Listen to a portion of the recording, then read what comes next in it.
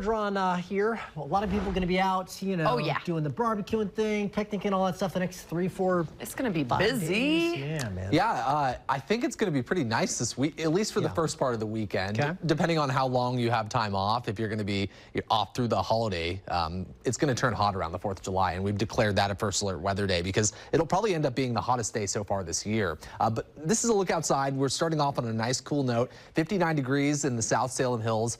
That's a live look from the Willamette Valley Vineyards camera. And I think we're going to be a couple of degrees cooler than we were yesterday afternoon.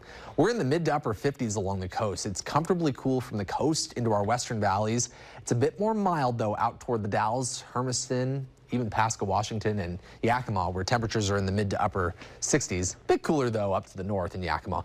56 in Madras, and it's 53 in Government Camp. We've been talking about that marine layer out along the coast and some lower visibility in some spots. Normally, we have a view of Tillamook Head out there in the distance near the Coven seaside, but obviously we don't have one right now, that view. It's not wet. We're not seeing areas of drizzle necessarily, but some misty conditions are possible with the lower clouds out there for a few hours this morning. Once we get into about lunchtime, you'll start to see those clouds clearing out, and I think we're going to have a sunny afternoon and evening with temperatures rising into the 60s. There will be a breezy northwest wind that'll make it feel a little bit chillier out there, but our western valleys are looking at another warm day. A touch cooler than yesterday. You won't really notice it, though, with highs in the mid to upper 80s from the metro area to the central Willamette Valley.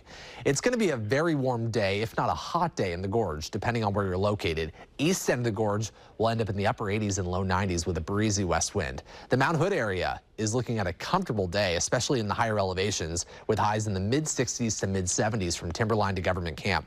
Central and eastern Oregon expect abundant sunshine, a hot afternoon with high temperatures in the low to mid 90s.